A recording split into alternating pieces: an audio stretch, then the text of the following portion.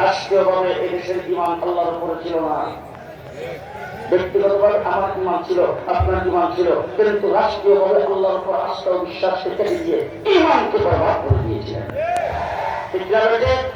তাই আজকের এই মাহফিল থেকে প্রথমেই দাবি জানাতে চাই, ব্যবসায়ী সমিতির পক্ষ থেকে আজকের মাহফিলে যারা আগমন করেছেন তাদের পক্ষ থেকে বর্তমান কমিশন গঠন করা হয়েছে সংবিধান প্রণয়ন করার জন্য, সংবিধান পুনর্গঠন করার জন্য, নতুন সংবিধান তৈরি করার জন্য আজকে দাবি জানাবো আমার বাংলাদেশের সংবিধানে সর্বপ্রথম করতে হবে আল্লাহর উপর আস্থা বিশ্বাস।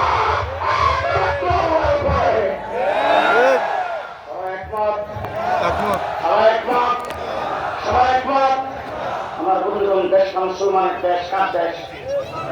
মুসলমানের দেশ, কার দেশ?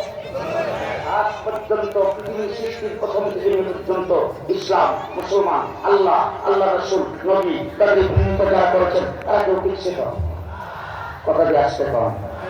ফেরাউনের শক্তি বেশি ছিল না মুসা আলাইহিস সালামের? আসতে করতে তার শক্তি বেশি। ওই বাবা, ফেরাউনের শক্তি যেমন জীবনে সুখ বিকাশীয় হয়নি, ধন সম্পদের অভাব নেই, রাষ্ট্রের মালিক আনারব্বকুমুল আলা নিজে খোদা দাবি করেছেন।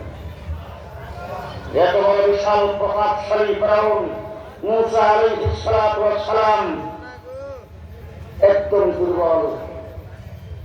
আবার মুসা আলাইহিস সালামের সাথে যে আছে মুসা আলাইহিস সালাম